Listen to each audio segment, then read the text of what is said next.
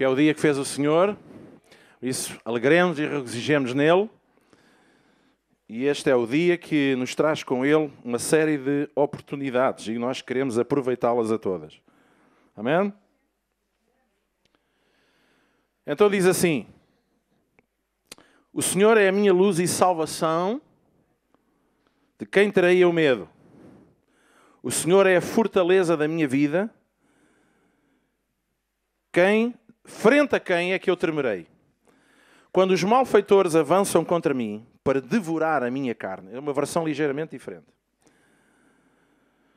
São eles, os meus adversários inimigos, que tropeçam e caem.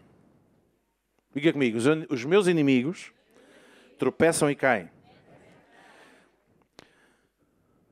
Mesmo que um exército acampe contra mim, o meu coração não tremerá. Ainda que uma guerra se levante contra mim, mesmo assim estarei confiante. Uma coisa peço ao Senhor, e a ela eu buscarei, eu procuro, é habitar na casa do Senhor todos os dias da minha vida, para contemplar, para gozar a beleza da sua santidade, para contemplar o seu templo, para aprender dele. Porquê? Porque ele me esconde na sua tenda. No dia da adversidade, e noutras versões diz, no dia da infelicidade, ele esconde-me no segredo da sua tenda e leva-me sobre uma rocha. Agora a minha cabeça se levanta sobre os inimigos que me cercam. Na tenda do Senhor irei oferecer sacrifícios de louvor. Irei cantar e tocar em honra do meu Deus. Amém? Davi é para mim, não vou dizer a personagem, porque ele não é uma personagem, a pessoa mais relevante em todo o Velho Testamento para mim. Para mim, mas isso sou eu com os nervos. Porque Davi, sendo um homem que vivia na velha aliança, tinha mentalidade e coração de nova aliança. Sendo alguém que não vivia no tempo da graça, ele tinha uma revelação e uma mentalidade da graça de Deus. E ele tinha esta perfeita noção de que o dia da adversidade chega a toda a gente. Diga comigo, o dia da adversidade chega a toda a gente. E eu não estou a falar porque adversidades todos nós temos. Todos os dias há uma pequena adversidade. Ontem eu estive num casamento e aconteceram várias adversidades. O carro da noiva ficou sem bateria no jardim. Teve que ir lá alguém com os cabos dar-lhe um choquezinho. Depois estávamos no casamento, o pianista sentiu-se mal e ainda íamos na primeira música, teve que saltar do piano e o pastor é que teve que ir tocar, mesmo a dar umas fora do sítio porque não ensaiou. Adversidadezinhas acontecem, não estou a falar disso. Estamos a falar do dia da adversidade. O dia ou um tempo em que a adversidade nos rodeia, porque muitos inimigos nos rodeiam, exércitos se levantam no sentido figurado, no sentido espiritual, no sentido material, no sentido físico. Há alturas da nossa vida em que nós somos confrontados com o dia da adversidade. Que noutras versões diz o dia da infelicidade, o dia em que nós somos apartados de todo lado. E sabe o que é que acontece normalmente nas pessoas quando começam a ser apartadas? A primeira coisa que fazem é fugir da casa de Deus. Desaparecer da casa de Deus.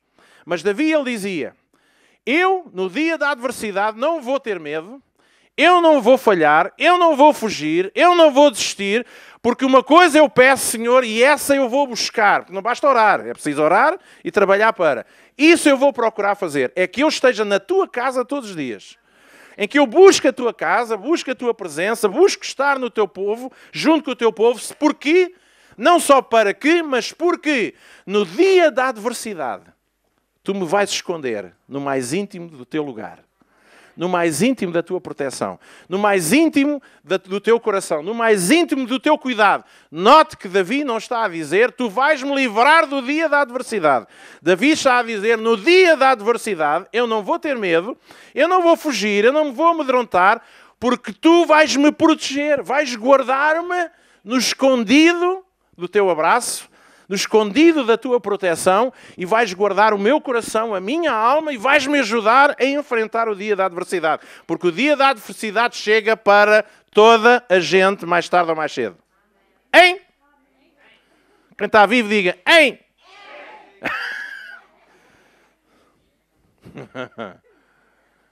Eu amo isto.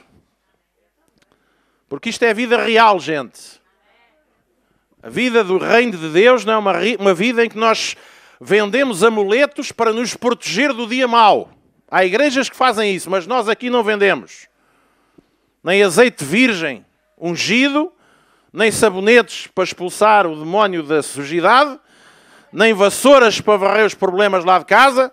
Nós aqui não vendemos disso. Apenas proclamamos uma coisa. O Senhor é o dia que está presente, é o Senhor que está presente em todo o dia, mesmo no dia da adversidade. E é Ele que nos livra da destruição e do mal. Já agora vale a pena pensarmos nisso, não é? Como dizia o... E esta, hein? Não, ele dizia e esta, hein? Nossa irmã está a dizer, parece o Fernando Peça. Porque no dia da adversidade, Ele está connosco, então nós podemos tirar proveito do dia da adversidade. Diga comigo, com Deus, até do dia da adversidade, eu tiro o que é bom. Ai! Porque até aquilo que se levanta contra mim, vem para mal e acaba por servir de bom. Hein? E tal como nós já falámos no outro dia, quando diz que as ferramentas forjadas no inferno e tudo o que se prepara lá, bem congeminado. Ouça, este é que é o tal tipo de refeição que não vale a pena. O diabo gasta tempo a fazer um ganda cozinhado e quando chega à altura a gente diz, não tenho fome, obrigado. Dispenso. Porque aquilo que é forjado no inferno, as línguas que se levantam contra nós, tudo aquilo que é levantado para nos destruir, diz a palavra de Deus, não prosperará. Não prosperará onde? No nosso coração, na nossa alma, porque é aí que começa a prosperidade.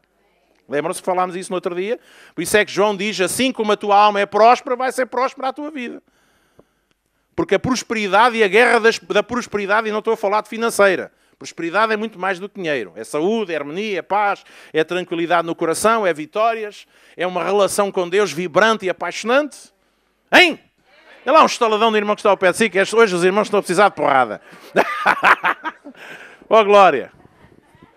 Eu hoje estou à vontade porque isto não está a ser gravado, pois não? Aí está? Mas não está na net.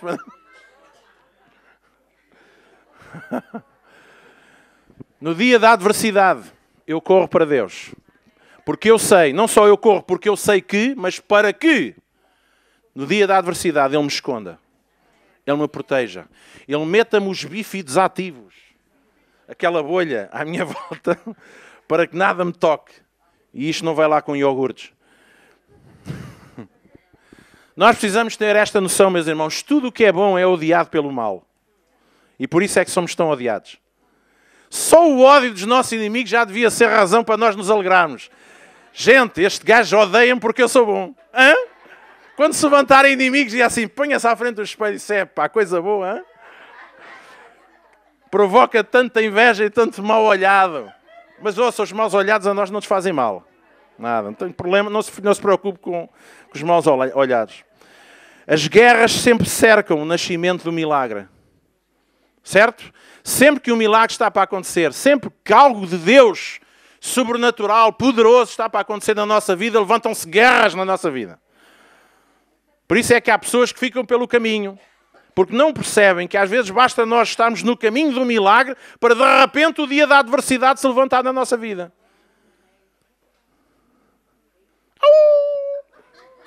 Eu hoje estou assim um bocado animalesco, não é? E sabe, lutas na nossa vida são a prova de que nós ainda não fomos vencidos. Quem está vivo, dê um brado de júbilo. Porque o diabo também não bate com morto. Ele só deixa em paz quem já está vencido. Quem ainda tem um pouco de fogo. Nem que seja para clamar Jesus. Hein? Então deixe-me dizer algumas coisas boas que nós podemos tirar da adversidade. Do dia mau. Porque Paulo fala lá, para nós nos revestirmos de toda a armadura do Senhor, do guerreiro. E lutarmos. E temos lá tudo, o capacete, a couraça, a espada, os escudos, os pés, o cinto, para não nos caírem as calças nos momentos mais difíceis. Já viu que a gente está no meio da batalha e de repente caem-nos as calças e ficamos em cuecas? Tem que se ter cinto, gente. O cinto está lá que é para manter a coisa no sítio. E diz que depois de fazermos tudo, eu digo a coisa no sítio, mas é a roupa, gente. Alguns já estão aí todos a torcer, estão a falar da roupa. Estejam. Acho que sim. Mas deixe-me dizer que Paulo diz lá aos Efésios, depois de fazermos tudo, ainda assim ficarmos firmes. Porque às vezes já fizemos tudo. Já orámos, já cantámos, já jejuámos, já amarrámos os demónios, às 2 por 3 já amarrámos a família, amarrámos até os anjos. E já temos tudo amarrado e aquilo até dá a ideia que não sei se é aí que diz a palavra de Deus e virão com alegria colhendo os seus molhos.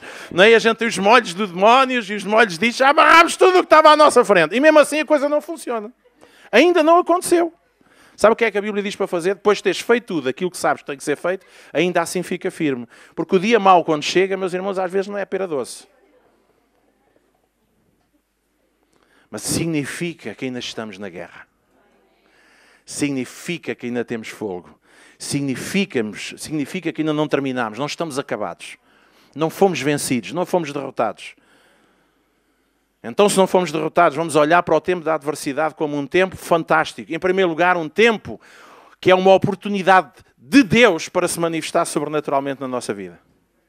As adversidades são oportunidades divinas para que o poder de Deus se manifeste. Exemplos, vamos falar, por exemplo, dos amigos de Daniel, Cedraque, Mesaque e Abdenego.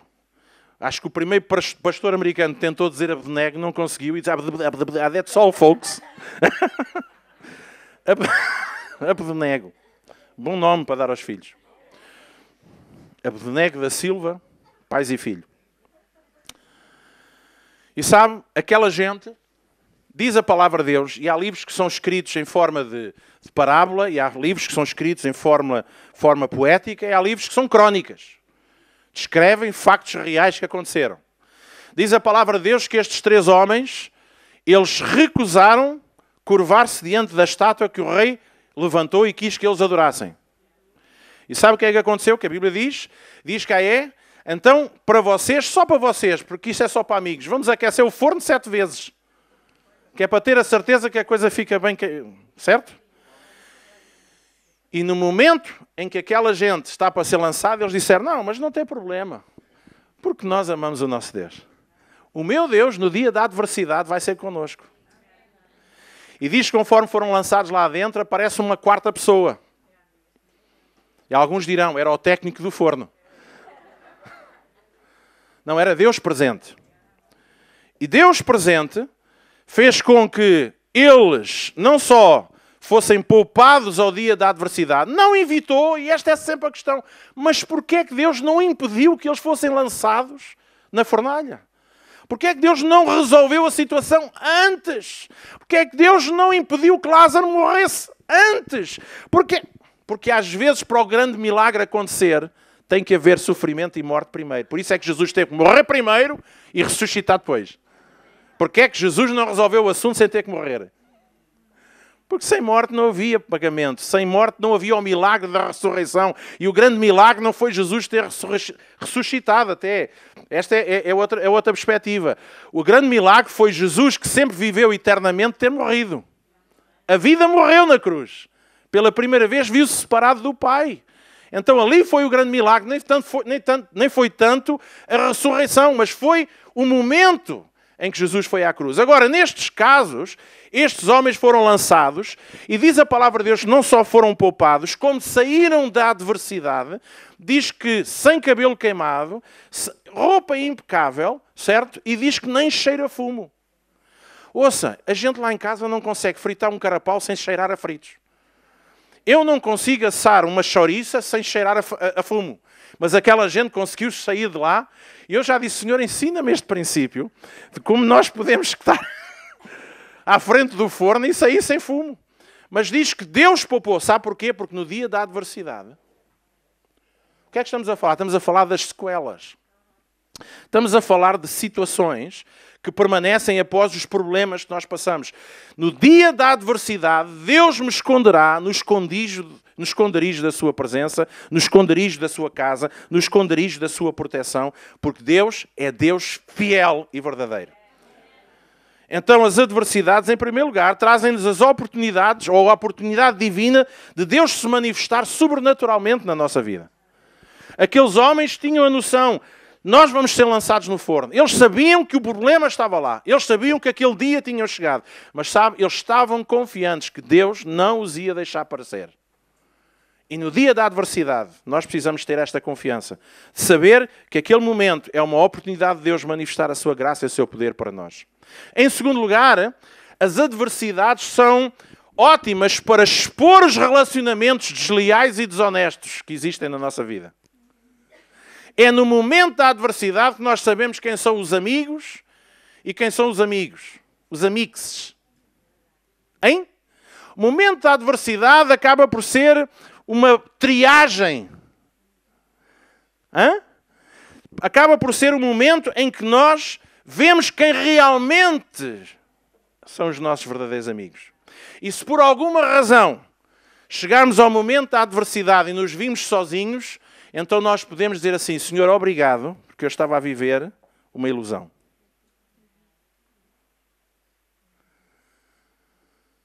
Exemplos na Bíblia, carradas deles, de gente que no dia da adversidade ficou sozinho.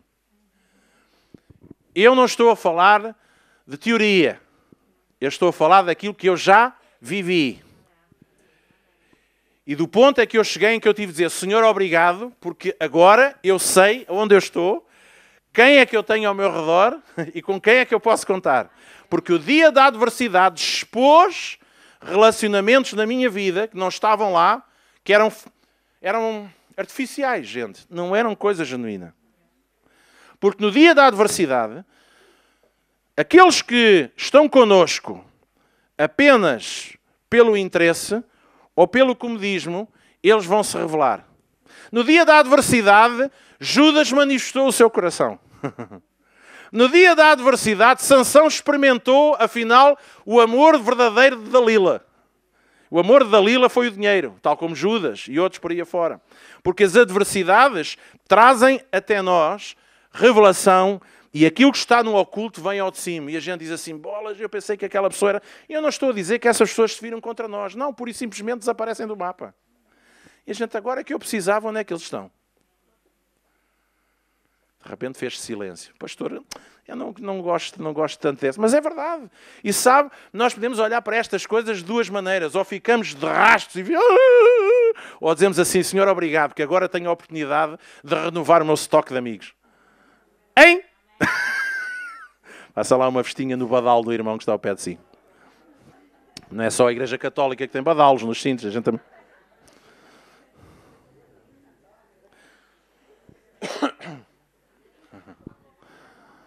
Certo? Alguém percebe o que é que eu estou a dizer? No momento da aflição, os momentos da adversidade, nós sabemos que temos um amigo que jamais nos vai faltar. Mas sabemos que temos, se calhar, muitos que nós pensávamos que eram nossos amigos que nos vão faltar. E isso não é nenhuma tragédia. Também isso pode ser uma bênção de Deus. Ai. Pastor, não diga isto porque eu gosto de estar sempre rodeado de multidões. Oh, homem, faça isso, mas faça isso para comer uma sardinha, beber um copo de vinho, para a festarola. Mas você sabe que no momento certo só tem ali, se calhar, um bom punhado de gente. Que são seus amigos. Amém? Sabe, gente, isto é vida real. Vinha um pastor, que era o pastor Eldon Tracy, que alguns irmãos lembram-se dele, que ele dizia, ele era americano, então dobrava os R's. Ele dizia, isto é a vida real. A vida... Amém? E ele não sabia, então ele dizia que Jesus era galador daqueles que o buscam. Grande homem. Terceiro lugar, se por um lado as adversidades expõem os relacionamentos menos bons que nos rodeiam, também as adversidades têm esta capacidade de atrair pessoas-chave, pessoas boas, que são atraídas à nossa vida, enviadas por Deus para serem verdadeiros amigos. Estás num dia de adversidade? Então mantém o olho aberto. Porque duas coisas também pode acontecer isto. Porque nós ficámos desapontados, porque chegámos à conclusão que se calhar havia gente ao nosso redor que não eram as melhores influências.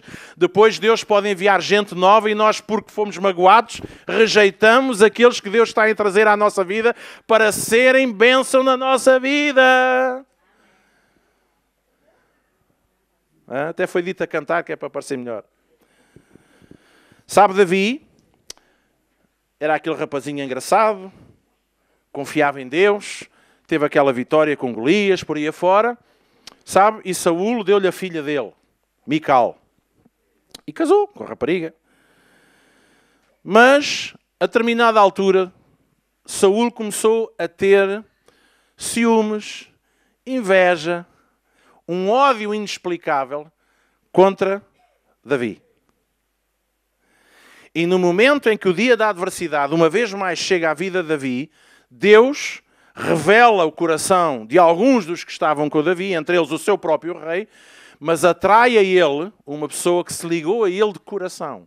E que a Bíblia diz que foi Jonatas. E sucedeu que, acabando ele de falar com Saúl, a alma de Jonatas se ligou com a alma de Davi. Oh, aleluia! Eu fui surpreendido nos dias da minha adversidade por gente... Sabe, porque esta é sempre a velha história. O homem julga pela aparência, mas Deus julga pelo coração. E a gente olha para aquele, não interessa. Não capta, não tem empatia comigo. Aquilo não... E sabe, e depois somos surpreendidos por aquelas pessoas por quem nós não dávamos nada. E são aquelas pessoas que manifestam o coração de Deus no nosso dia, da adversidade. E vi pessoas fazerem centenas de quilómetros para virem estar comigo no dia da minha adversidade.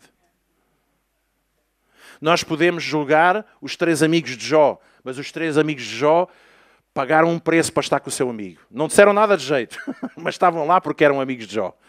Alguém, os malandros daqueles, vieram para ali cantar de galo e não disseram nada de jeito. Mas os homens caminharam e eles não tinham carros nem autoestradas, vinham de camelos. Se é que era camelos ou burro, não interessa. Mas demoraram muito tempo para lá chegar. E chegaram porque eram verdadeiramente amigos de Jó. Mas deixe-me dizer também outra coisa. Se Jó era o tal homem temente, justo de Deus, abençoado, rico, de certeza que ele tinha muitos mais amigos do que aqueles 3. Onde é que estava a malta que rodeou a vida de Jó enquanto tudo estava bem e havia papel? E tudo estava na bênção. Desapareceu toda a gente. Apareceram aqueles 3. Sabe porquê? Porque no dia da adversidade uns vão e outros vêm. E eu amo isto. E eu espero que os irmãos olhem para os dias da adversidade na vossa vida como oportunidades para muita coisa boa acontecer. Sabe porquê? Primeiro, porque no dia da adversidade eu me agarro a Deus e Ele me esconde no íntimo da sua proteção.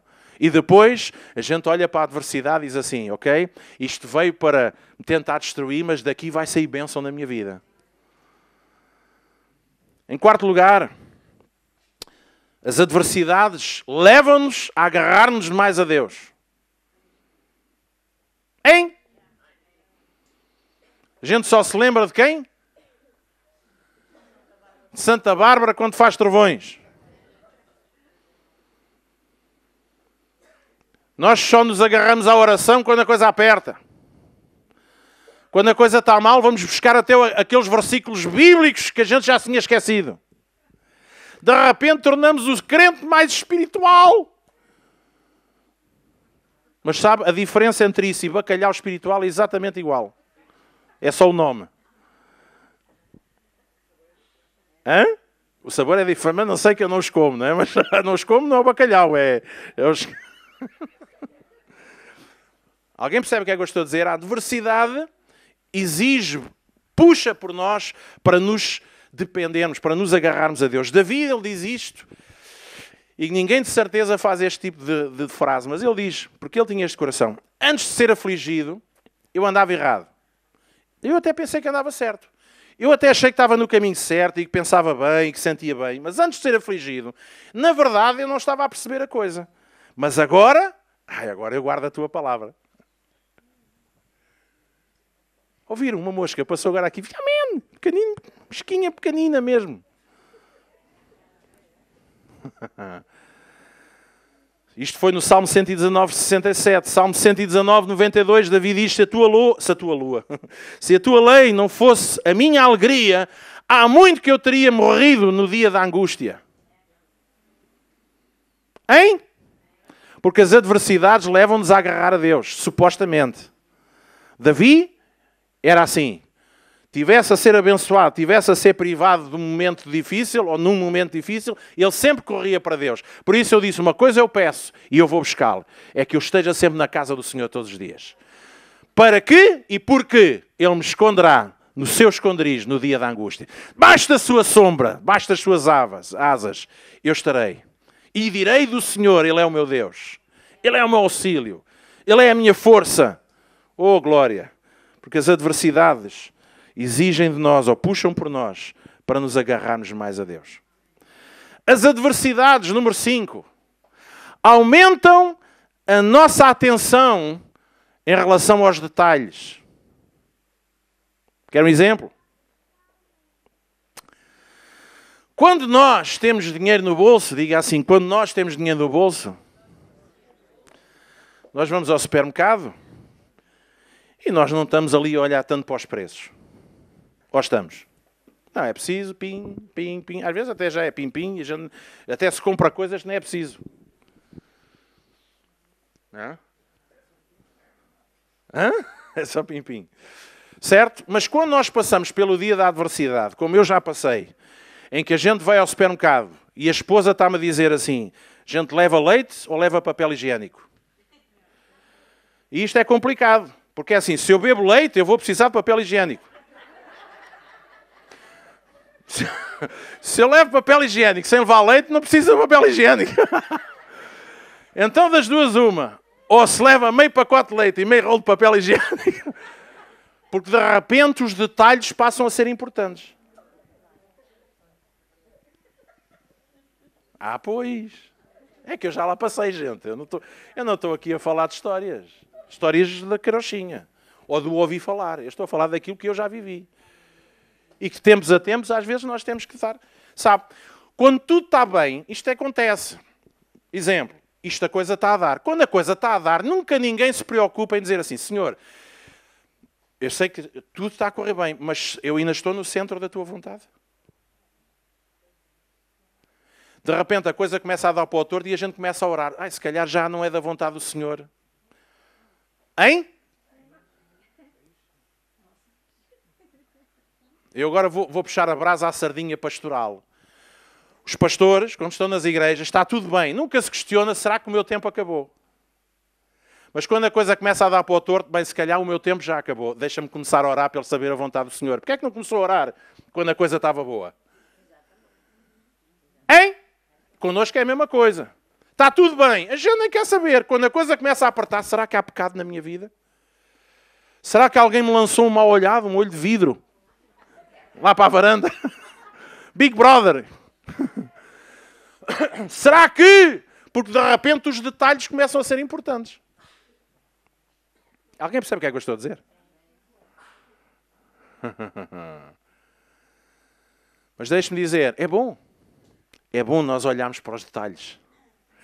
Quando a gente vai ao médico, o médico receita-nos um medicamento. E a gente toma um medicamento, eu vou ficar curado. Mas de repente começamos a ter reações estranhas. E do que é que a gente faz? Vamos ler a psicologia. Deixa-me lá ver as contraindicações. Porque afinal, estou-me aqui a desfazer em diarreia. Estou com tonturas. Não é? Está-me a acontecer tudo e mais alguma coisa. A gente vai... Então ali é que a gente se lembra de ler a psicologia. Porque os detalhes começam a ser importantes. A gente compra um aparelho eletrónico lá para casa. A primeira vez que comprámos micro-ondas, metia-se tudo lá dentro. Era tachos, era tigelas de alumínio. Pam, pam, pam. Epá, isto está mal. Deixa-me ler as instruções. Primeiro mexeu naquilo tudo, arrebentou com aquilo tudo. Depois vamos ler as instruções. Só quando a coisa começa a apertar, é que de repente os detalhes se tornam importantes. Porque é que esta área da minha vida não está a funcionar? Será que é por isto, por aquilo? Deixa-me lá começar... E às vezes até sabemos, deixa-me lá começar a pôr em ordem uma coisa que antes, como tudo estava bem, eu não quis saber. Por isso é que muitas vezes na Bíblia o povo de Deus andava sempre neste processo. Estava tudo bem, começava... Quando a coisa apertava, as coisas caíam, Então lá iam buscar a Deus e Deus disse, pois, vocês não deram atenção aos detalhes. Os detalhes é para serem sempre... tem que se dar sempre importância aos detalhes, porque é os detalhes que te levam lá, são os detalhes que te vão manter lá. O detalhe que eu cumpri, que eu observei para me levar ao momento da bênção, é esses detalhes que me vão manter no lugar da bênção. Nem um amenzinho. Mas o dia da adversidade é um dia também bom, porque ele nos vai tornar um pouco mais apercebidos dos detalhes. Em Eclesiastes capítulo 7, versículo 14, Salomão, o homem da sabedoria, diz assim, no dia da prosperidade, goza do bem. Oh, glória a Jesus. Aleluia. Diga comigo, aleluia. Que é assim um aleluia mais aberto. Aleluia. Quando a gente tem dinheiro, oh meu irmão, tem, graças a Deus, goze o dia da prosperidade. Tem dinheiro para comprar uma roupinha? Compra roupinha, não se sinta condenado por causa disso. Homem. Quer comer um rodízio à jabardo? Coma lá o rodízio, homem.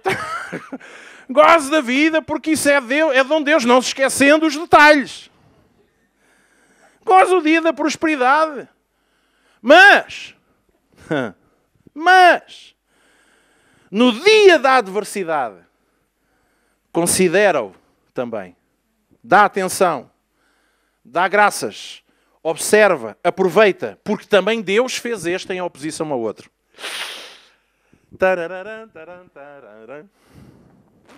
Diga comigo, o dia da adversidade. Oh, glória. Dia da prosperidade, aleluia, glória a toda a gente aqui, amém, amém, comer rodízios, comprar roupa, amém, amém. Mas o dia da adversidade também é do Senhor. Pois, livra-me, Senhor. Deus seja cego, o diabo seja cego, surdo e mudo. Vocês estão-se a rir, mas ainda há crentes que fazem isto. Outros fazem assim, outros batem direto com a cabeça mesmo na parede. Salmista, Salmo 90, 12, ele dizia, Senhor, ensina-nos a contar os nossos dias.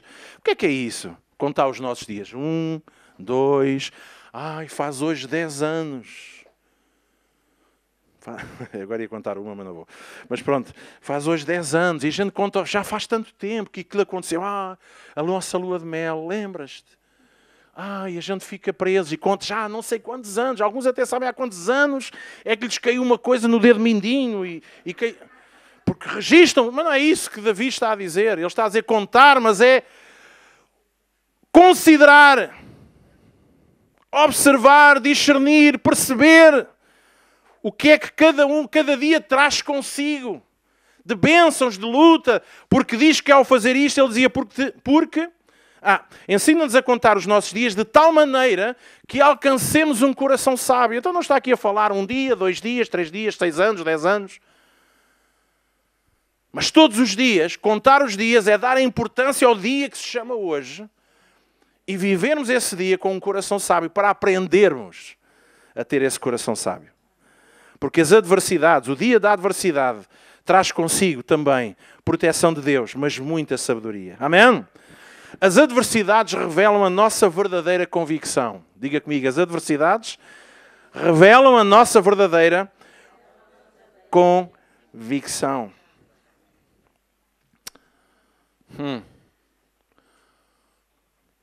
Gente, a partir de hoje, ninguém pode orar a mais ninguém senão ao nosso Deus. Conhecem a história? Eu estou numa de Daniel. Dê lá uma cotovelada à pessoa que está ao seu... Ele hoje está a falar de Daniel. Sabe? Interessante. Daniel estava numa terra estranha, mas já tinha uma posição considerável. Amigo do rei. O rei tinha gostado de Daniel. Houve graça na vida de Daniel perante os olhos do rei. Mas havia, porque assim como Deus na adversidade levanta gente boa, há gente má que também se manifesta. E havia muita gente à volta de Daniel que queria o lugar dele. Invejosos, ciumentos, quiseram derrotá-lo. Então convenceram o rei, porque sabiam que Daniel orava a Deus todos os dias. Diga comigo, todos os dias. E então convenceram o rei a criar um édito, um decreto, em que ninguém poderia orar a outros deuses senão àquele Deus, porque o objetivo era apanhar Daniel. E Daniel, quando viu o decreto, diz assim, bem, eu agora, eu sou crente, mas não sou parvo. Portanto, eu vou fazer aqui outra coisa diferente. Ou seja, Daniel orava 3 vezes ao dia, de janela aberta. E Daniel pensou assim, bem, vou começar a orar só uma vez, de madrugada, para ninguém saber, e vou fechar as portas e as janelas. Foi isso que ele fez? O que é que ele fez? Permaneceu naquilo que ele sempre fez. Porque o momento da adversidade prova realmente as nossas convicções. E Daniel continuou de janela aberta, escancarada, a orar e a louvar o seu Deus. E alguns dizem, então o segredo está aí. Eu, quando passar pelo dia mau, vou abrir a janela e vou orar 3 vezes ao dia. Porque o segredo está nisso. Pastor, diga, consegue descobrir na Bíblia a que horas é que ele orava? E diga uma coisa, para que lado é que a janela estava? Para o norte? Porque o segredo está na fórmula. É a janela, é a hora em que a gente... E a posição? Era com o joelho, era com os dois? Nada disso, gente. Era o coração de Daniel. Daniel diz assim, não me importa a adversidade, não me importa aquilo que estão a preparar para mim, eu vou permanecer nas minhas convicções. Não importa quanto eu estou a ser pressionado, não importa se para pertencer àquele grupo eu tenho que ceder nas minhas convicções, nos meus critérios, eu não vou fazê-lo. Porque no momento que nós fizermos isso, perdemos a nossa alma, perdemos a nossa fé, a nossa dignidade. Nós mantemos naquilo que sabemos, naquilo que queremos e naquilo que temos vivido. E Deus vai nos guardar no dia da adversidade. E o rei viu-se entalado naquela situação e disse, bem, tem mesmo que ser lançado na cova dos leões. E alguns dizem, eu lembro dessa história na escola dominical, era tão gira. E sabe, os leões, eles eram, quando estava preparado para serem alguém para ser lançado lá dentro, eles deixavam os leões a passar fome. A ideia era, né, quando caía lá embaixo, passava um bocadinho, o leãozinho já estava. Portanto, aquilo faz conta que era a cova dos leões na era Sapinto. Portanto, a fome era muito. Portanto, e tudo o que caísse no meio dos leões, aquilo era devorado. Bem, Daniel foi lançado lá para fora. Lá para dentro, aliás. E quando confrontado com a cova, a gente tem que perguntar mais uma vez, mas porquê é que Deus não o livrou da cova? Porquê é que Deus não impediu que ele fosse parar na cova? Não é?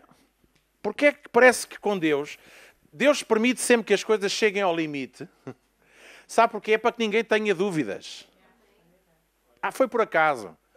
Aconteceu. A pessoa arrependeu-se, cá pensou melhor. Ou a pessoa tem uma grande conversa e conseguiu dar a volta. No último momento conseguiu convencer. Nada disso. As coisas chegam ao seu limite para que quando Deus se manifesta, ninguém tenha dúvidas, foi Deus que manifestou. E Daniel caiu lá no meio dos leões. E Deus mandou um anjo domador de leões. E Daniel lá no meio, e os gatinhos a passearem. A única chatice que Daniel teve foi que ficou com a túnica cheia de pelo. Porcaria dos gatos. Sujam tudo. E a Bíblia descreve que o rei não conseguiu dormir durante a noite. E apesar disto ser uma história que aconteceu há muitos milhares de anos, mas aplica-se hoje no sentido real dos nossos dias, nas covas dos leões que muitas vezes nós nos vemos envolvidos. E nós podemos perguntar, podemos perguntar porque é que Deus não me impediu de cair na cova do leão? Porque é que Deus não me impediu de passar por esta adversidade? Mas essa não é a pergunta que nós temos que fazer. Aquilo que nós temos que... E é aí que estamos a falar de um coração inteiro. Daniel diz, aconteça o que acontecer, o meu Deus... Daniel! Eu acho que até o rei tinha fé. O rei ainda tinha esperança. Porque só um rei com esperança é que ainda pergunta para o buraco se o Daniel está vivo. A não ser que houvesse lá algum leão malandro que fingisse, estou aqui, anda-me cá buscar. Anda-me cá buscar. Daniel, porventura, sim, o meu Deus fechou a boca dos leões. E o Senhor está-me a dizer também para fechar a boca. O meu Deus fechou a boca dos leões.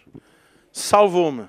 Restaurou-me. E sabe, aquilo que foi feito para destruir Daniel levou para um lugar mais alto ainda.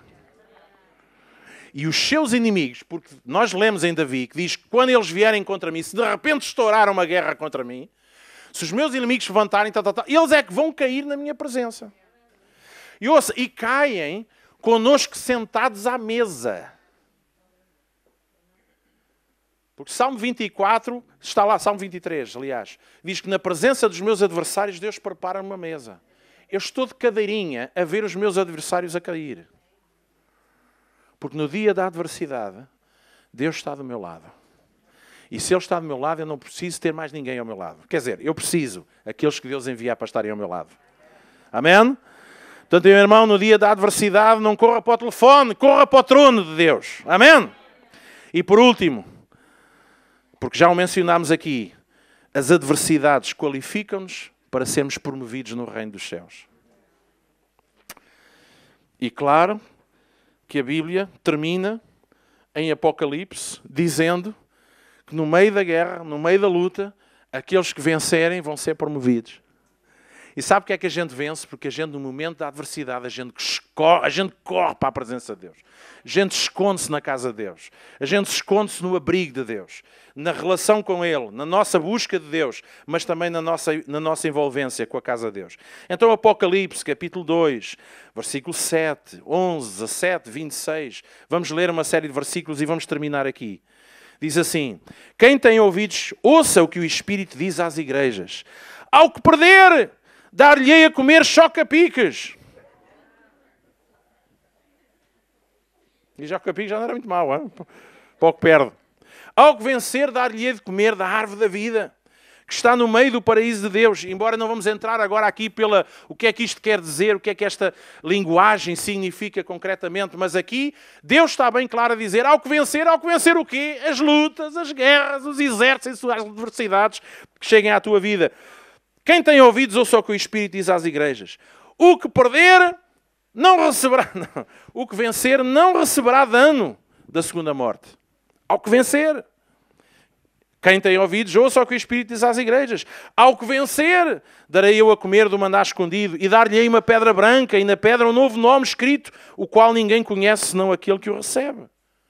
Não vamos entrar aqui pelo porquê é que isto significa, mas o que nós estamos aqui a falar é que ao que vencer é dado promoção. Ao que vencer é elevado no reino de Deus. Amém? Ao que vencer e guardar até ao fim as minhas obras, eu lhe darei poder sobre as nações. O que vencer será vestido de roupas brancas, e de maneira nenhuma riscarei o seu nome do livro da vida, e confessarei o seu nome diante do meu Pai e diante dos seus anjos. Ele é promovido. Ele é exaltado. Porque assim como vocês vão sofrer como eu sofri, vocês vão ser exaltados como eu fui exaltado. A adversidade tem propósitos. A adversidade traz com ela bênçãos. A adversidade não veio para nos destruir.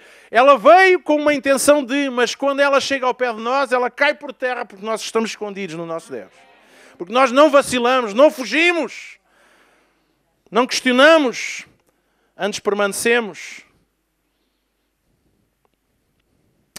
A quem vencer, eu o farei coluna no templo do meu Deus, e dele nunca sairá. E escreverei sobre ele o nome do meu Deus e o nome da cidade do meu Deus, a nova Jerusalém que desce do céu, e que se assente comigo no meu trono, assim como eu venci e me assentei com o meu Pai no seu trono. Quem passa pela guerra, quem passa pela luta, quem passa pelo dia da adversidade e corre para a presença de Deus e agarra-se a Deus. Gente, a coisa apertou, agarra-se a Deus. A coisa alargou, agarra-se a Deus. Não encolheu nem esticou, agarra-se a Deus. Porque quando Deus deixa de ser tudo para nós, passa a ser coisa nenhuma. Porque Deus ou é o primeiro ou Ele nunca vai ser o segundo. Alguém percebe o que é que eu estou a dizer?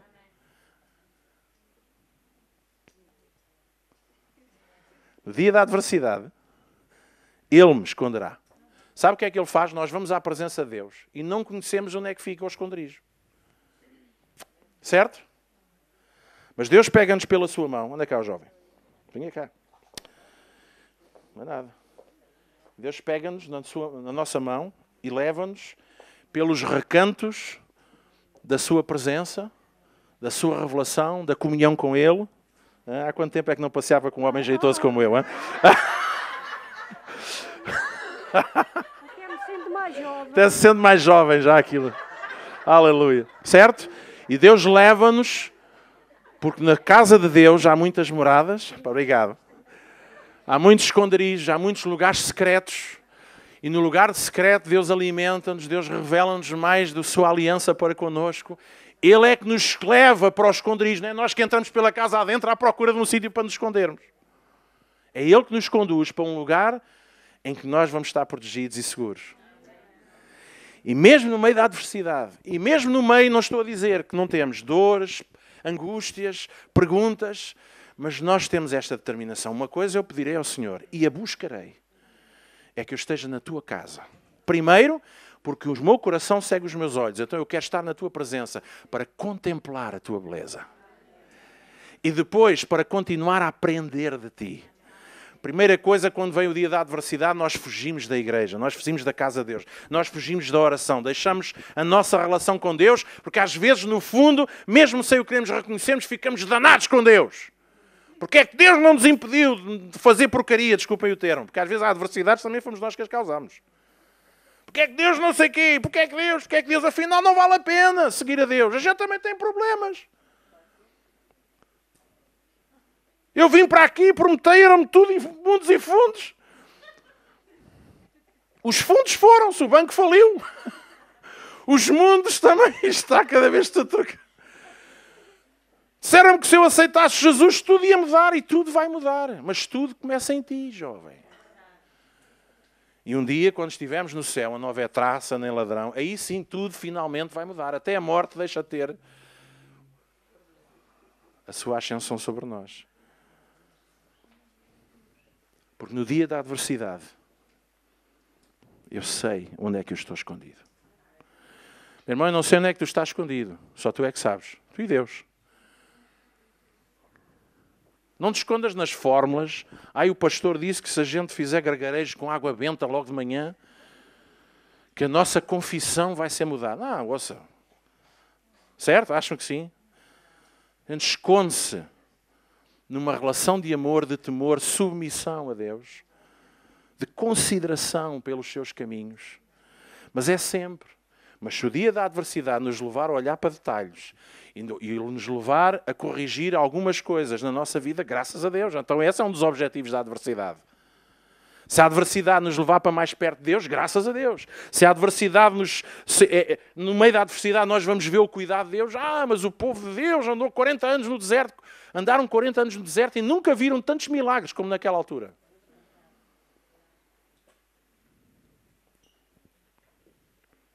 Se a adversidade revelar quem são os verdadeiros amigos e quem não são os verdadeiros amigos, graças a Deus, gente. Eu não estou aqui a fazer a apologia da adversidade. Graças a Deus, porque nem todos estamos no tempo da adversidade. Se calhar até daquilo que eu considero verdadeira adversidade, serão poucos. Mas estou a dizer para aqueles de nós que eventualmente possamos enfrentar o dia da adversidade, saibamos para onde é que nós corremos. Saibamos onde é que está o nosso coração, gente. Porque fé, relação com Deus, traz benefícios à nossa vida. Sabe que eu tenho aqui cultos, aqui não só, no mundo e arredores, porque e há tanto culto em que me apetece fazer o convite à salvação, mesmo sabendo que não está cá ninguém pela primeira vez. E não é o convite à salvação, é o convite a uma rendição ao senhorio.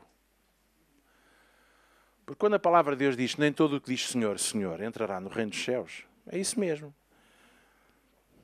É primeiro o que está no coração. E depois aquilo que sai da boca tem que ser consequência. Mas nós podemos repetir coisas sem realmente estarmos lá. E há uma chamada de Deus a esta igreja também, e estou hoje aqui e por isso tenho que falar para vocês. Há uma chamada de Deus a esta igreja a voltarmos a confiar em Deus, como já confiámos no passado. A voltarmos ao primeiro amor, a voltarmos à paixão, a voltarmos ao... Oh, graças a Deus. Sabe porquê? Porque não estamos vencidos, não estamos derrotados, não estamos entregues à nossa sorte. Deus é o nosso Senhor, Ele é o Rei desta casa. E nós queremos esta casa cheia da sua graça, cheia da sua glória, cheia da sua unção. Mas sabe porquê que está cheia? Porque o povo de Deus se enche. Hein?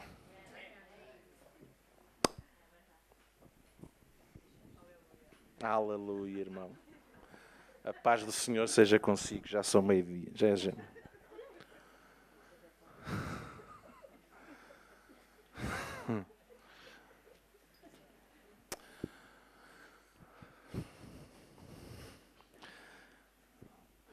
Esta semana não é meio-dia, falta 5 minutos. Estas últimas 2 semanas, mas penso que esta semana que passou, tentando perceber os tempos que estou a viver, eu comecei a questionar uma série de coisas. E a única coisa que disse, Deus ensina-me, um pouco aquilo, ensina-me a contar os meus dias. Ensina-me a perceber os tempos que eu estou a viver. Ensina-me porque é que eu tenho que lidar com esta, aquela e outra situação. Porque nós temos que correr para Ele. Não é só quando as coisas acontecem, é sempre. E Deus de repente trouxe ao meu coração o propósito da minha vida. De uma forma muito específica que eu já não me lembrava. Que de tempos a tempos, que a última vez que Deus falou comigo acerca disto foi há 11 anos. E há 11 anos Deus relembrou-me uma coisa que me tinha falado há 20 e tal anos, quando estava no Instituto Bíblico. E quando estava a orar. E Deus disse, esta vai ser a tua vida. Este vai ser o teu ministério. Este vai ser o teu propósito. Eu não vou dizer o que é.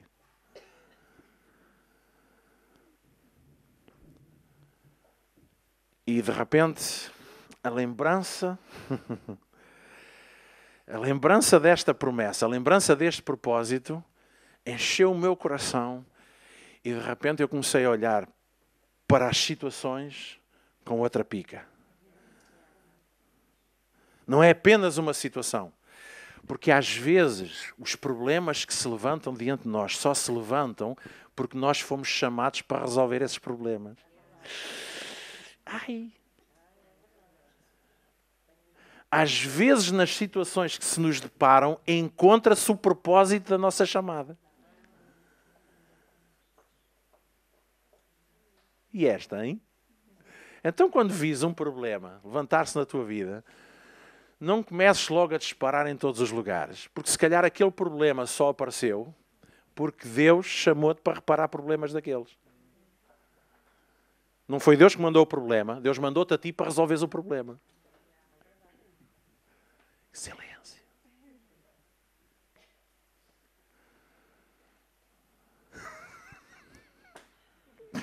Eu gosto tanto das vossas caras. E gosto também do resto do corpo, mas a cara, nesta fase, é aquilo que se vê. Mas gosto mesmo. Sabe? Porque às vezes há coisas que falam mais alto que as palavras. Os olhos, os cabelos em pé, é uma coisa gira. Mas é verdade, gente. Nós estamos aqui. Deus levantou-nos a cada um de nós para percebermos a vida e vivermos para a sua glória em todo o tempo, em todo o lugar. Eu apetece-me dizer tanta coisa, mas não posso. Não me é permitido. Não é pelo tempo. Não me é permitido falar. Porque havia coisas que os irmãos não iriam perceber. Mas a forma como olhamos para as adversidades depende da forma como nós olhamos para Deus. Porque às vezes fazemos de Deus assim e dos problemas isto. Mas se nós gastarmos mais tempo com Deus, Deus de repente começa a aumentar e os problemas começam assim. Quantos irmãos aqui já andaram de avião? Poucos. Mas muitos de vocês já subiram a lugares altos. Os irmãos sabem que quanto mais alto está, mais pequenino parece o que fica cá em baixo. Nada mudou. Continua a mesma dimensão. Mas quanto mais para cima nós vamos, de repente, sabe quando a Bíblia diz que aqueles que confiam no Senhor serão como os montes de Sião, altos, serão como as águias, diz, aleluia, e andamos ali. E às vezes parecemos mesmo umas águias, vamos todos a fugir.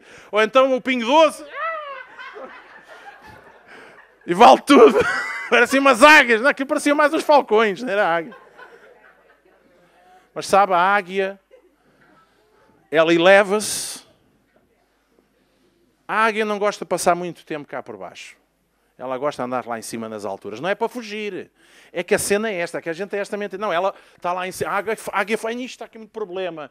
E alguns até ficam alienados da vida. São tão espirituais que nada que tem a ver com a terra que tem significado para eles. Não, eu não vou trabalhar porque o Senhor a mim vai. Vai, deixa de estar aí que eu já venho. Ser como a águia é elevar-nos na confiança. Elevar-nos na relação com Deus. E quando nos elevamos, temos uma perspectiva diferente da coisa.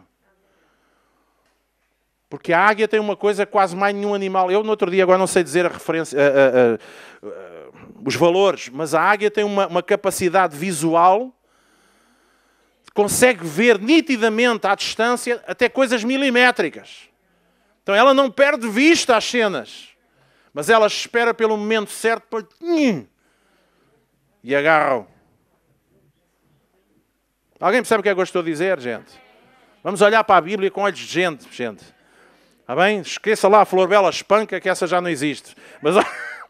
Mas olhe lá para Jesus, peço ao Espírito Santo, Senhor, abre os meus olhos para perceber a Bíblia e perceber o que é que tu queres dizer. O que é isto ser águia? O que é isto? O que é que isto significa? O dia da adversidade, meu irmão, deixa-me dizer, é dia de vitória. É dia de bênção. É dia de crescimento. É dia de promoção. É dia de rastreio na nossa vida. Em que são eliminados tudo aquilo que são apêndices que estão apenas a pendurar-se na nossa vida e a gente livra-se daquilo. Tornamos-nos mais velozes, mais flexíveis, mais prontos a servir a Deus. Porque o dia da adversidade traz com ela uma série de oportunidades. E mais uma vez eu não estou a dizer, Deus manda-nos adversidades. Não. Deus abençoa-nos, faz-nos prosperar, dá-nos sucesso, alarga o nosso território, alarga as nossas fronteiras. Queremos ser muito abençoados. Amém! Mas se vier a adversidade, nós não caímos por terra.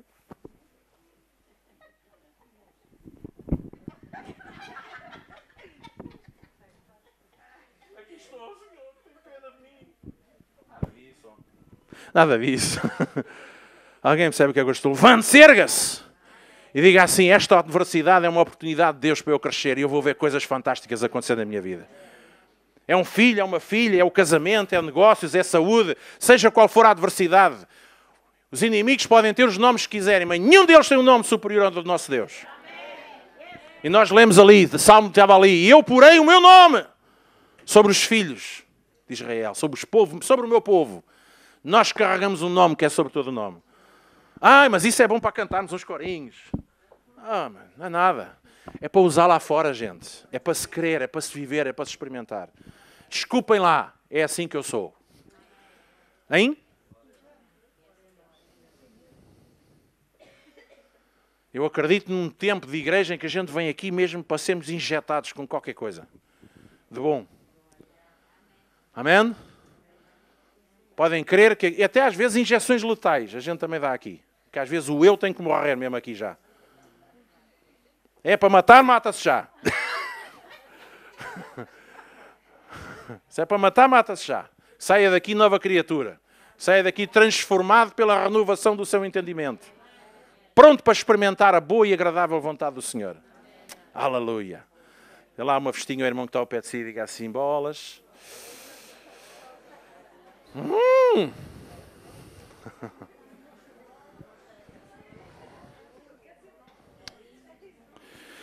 Eu acredito numa igreja gloriosa. E estamos aqui a trabalhar numa igreja gloriosa. Yes! Yo!